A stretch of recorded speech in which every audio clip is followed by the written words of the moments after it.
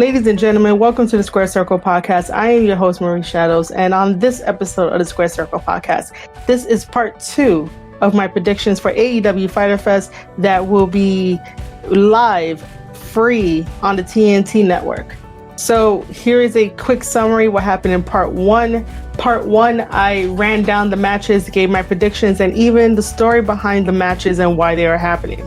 I'm going to be doing the same thing for night 2, and let's get right into it. Our first match will be Lance Archer versus Joey Janela.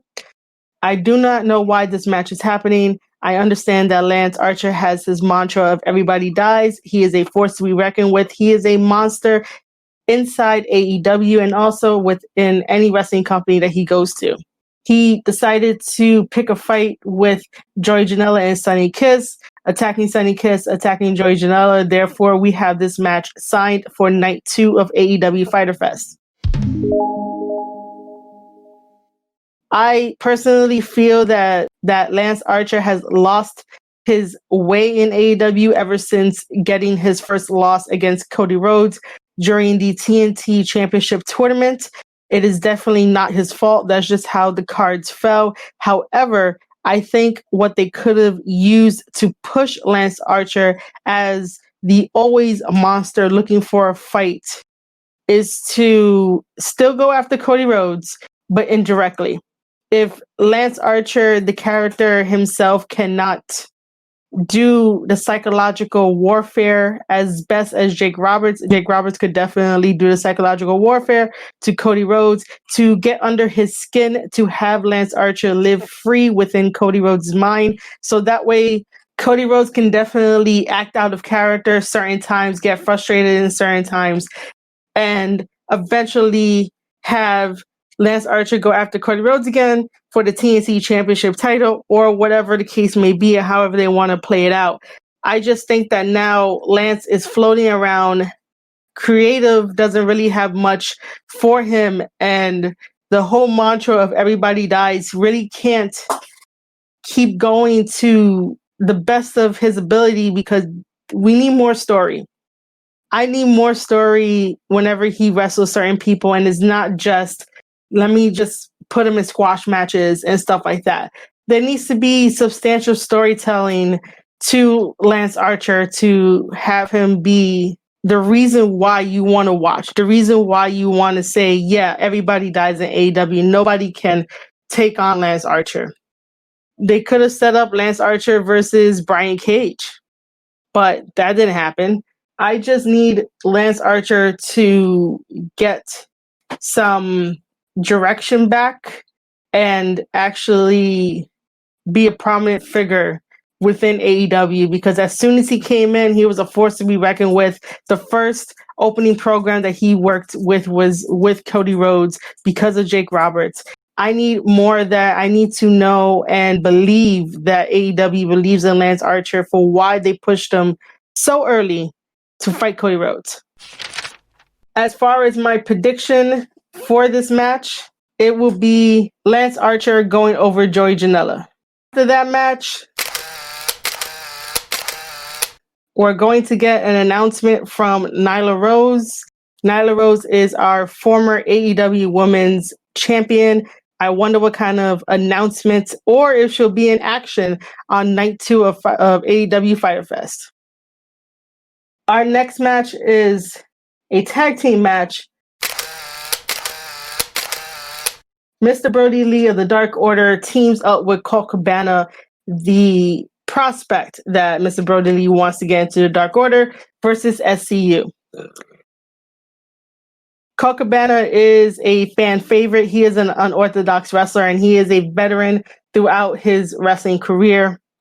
Mr. Brody Lee is the leader of the Dark Order. He saves people who want to stop being losers. Cabana was on a losing streak. He even put over Sammy Guevara, and Mr. Brody Lee took notice, saying that Cabana could come join the winning side, always be a winner. And this is a very interesting development to have a bubbly, cheery guy join the Dark Order, do a complete 180 in character, and to see how winning feels. If you guys saw on AEW Dynamite, I believe, Mr. Brody Lee gave Cabana the chance to get the pin over their opponents in their tag team match, which I thought it was a very interesting tactic. And you can tell that Cabana really enjoyed getting the victory. So maybe Cabana joins the Dark Order, even though that's the most far-fetched idea. But as far as I know, I don't think Cabana has ever been a heel per se. And this would definitely be interesting. Now, my pick for this tag team match is that Mr. Brody Lee and Cabana will go over victorious over SCU. The only reason why I would want Mr. Brody Lee and Cabana to win is because it is a very interesting story that has been developing over the past couple of weeks. Our next match for night 2 is Chris Jericho versus Orange Cassidy. Chris Jericho is amazing. I love the fact that he's working with all the young talent, putting them over, guiding them wherever they need guidance, and just being an all-round helper in AEW. There's a lot of people out there that don't understand Orange Cassidy. Orange Cassidy is a very laid-back wrestler with his hands in his pockets, still delivering fantastic matches, and Chris Jericho is here to wrestle him. As far as my prediction goes for this match, it will be very interesting if Orange Cassidy does pick up a victory over Chris Jericho. That would be a huge victory to get over on the veteran of the professional wrestling world. However, it's probably not going to work that way. So Chris Jericho is definitely my pick to go over in this match against Orange Cassidy. I did say in part 1 of the AEW predictions for Fyter Fest that the Inner Circle needs to gain some more victories under their belt. They're sort of a little broken and floating around here and there, but they're still great entertainers and they're still great wrestlers putting over everyone else. Now we come to the biggest tag team match on the card for night 2. It is FTR and the Young Bucks versus the Lucha Bros and the Blade and the Butcher. In part 1 of my prediction episode podcast for this live free pay-per-view on TNT, I mentioned that the story between FTR and the Young Bucks needs to be more fleshed out, meaning that there needs to be a reason why fans will call this the dream match, because I do not see FTR versus the Young Bucks as a dream match when it's only been one-sided build-up. And that build-up was started by Cody Rhodes by just saying fuck the Revival on the BTE bits during their Ring of Honor stay.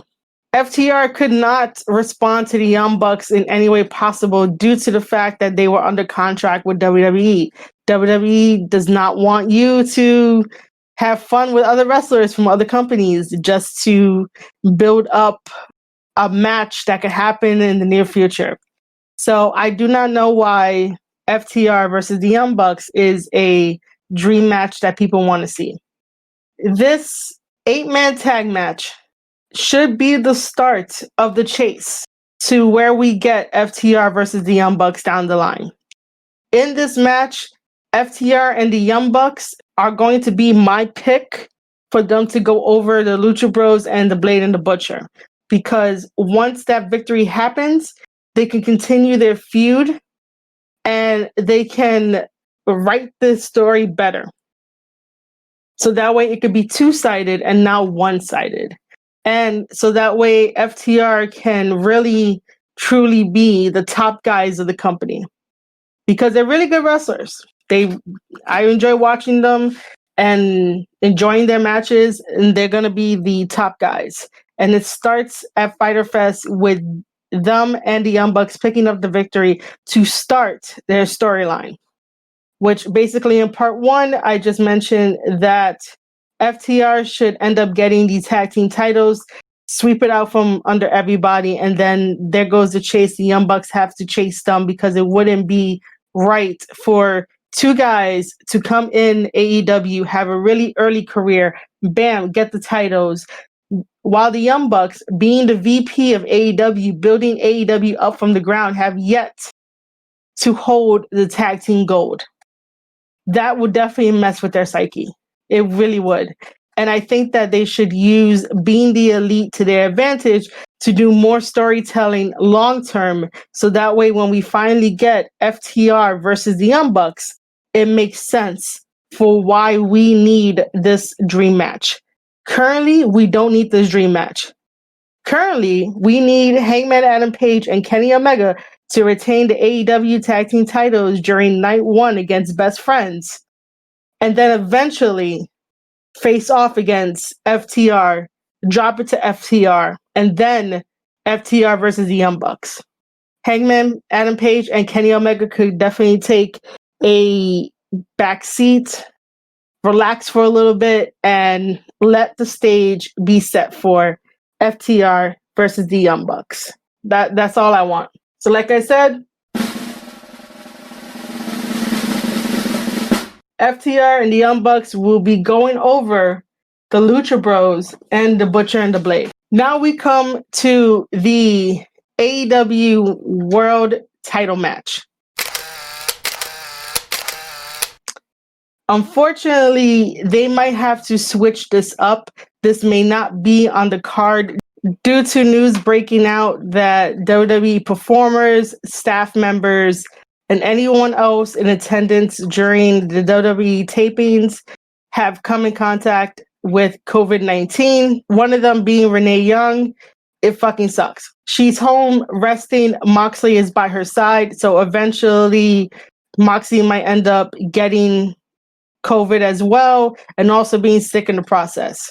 However, because this is a prediction podcast episode, in a perfect world where we're one big wrestling family and we're not in a pandemic anymore, in a perfect world, we will have Jon Moxley, our upstanding and outstanding AEW World Champion, versus Brian Cage. You give Moxley a mic, he's good with it.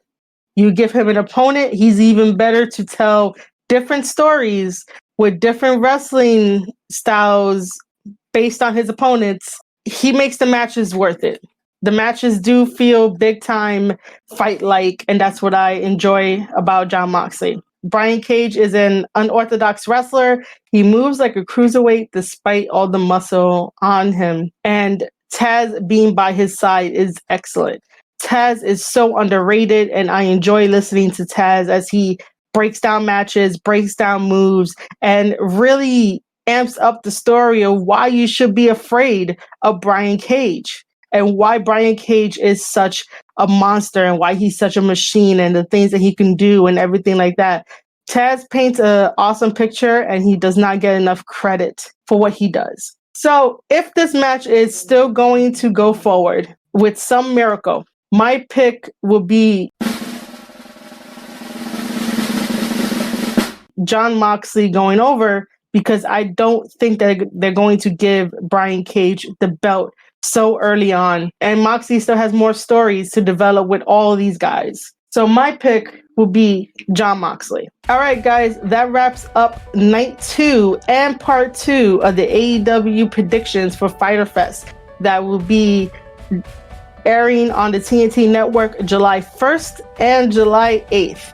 If you guys have any comments, questions, opinions, you guys can definitely leave a voice message over on anchor.fm/Squared Circle Podcast, or sign up to my email blog via Substack, the minimalistic newsletter that you can create anything with for your fans over at squaredcirclepodcast.substack.com. There will also be this podcast on there as well. So you can listen to it there or Anchor and still leave your comments no matter what. You guys can definitely follow me on social media at Marie_Shadows or at Squared Circle Podcast. I love interacting with all of my fans. I really want to thank you guys for supporting this podcast, for sharing, retweeting, and just conversating with me about professional wrestling. Again, guys, Thank you so much for all your support, and I hope to see you guys in the next one.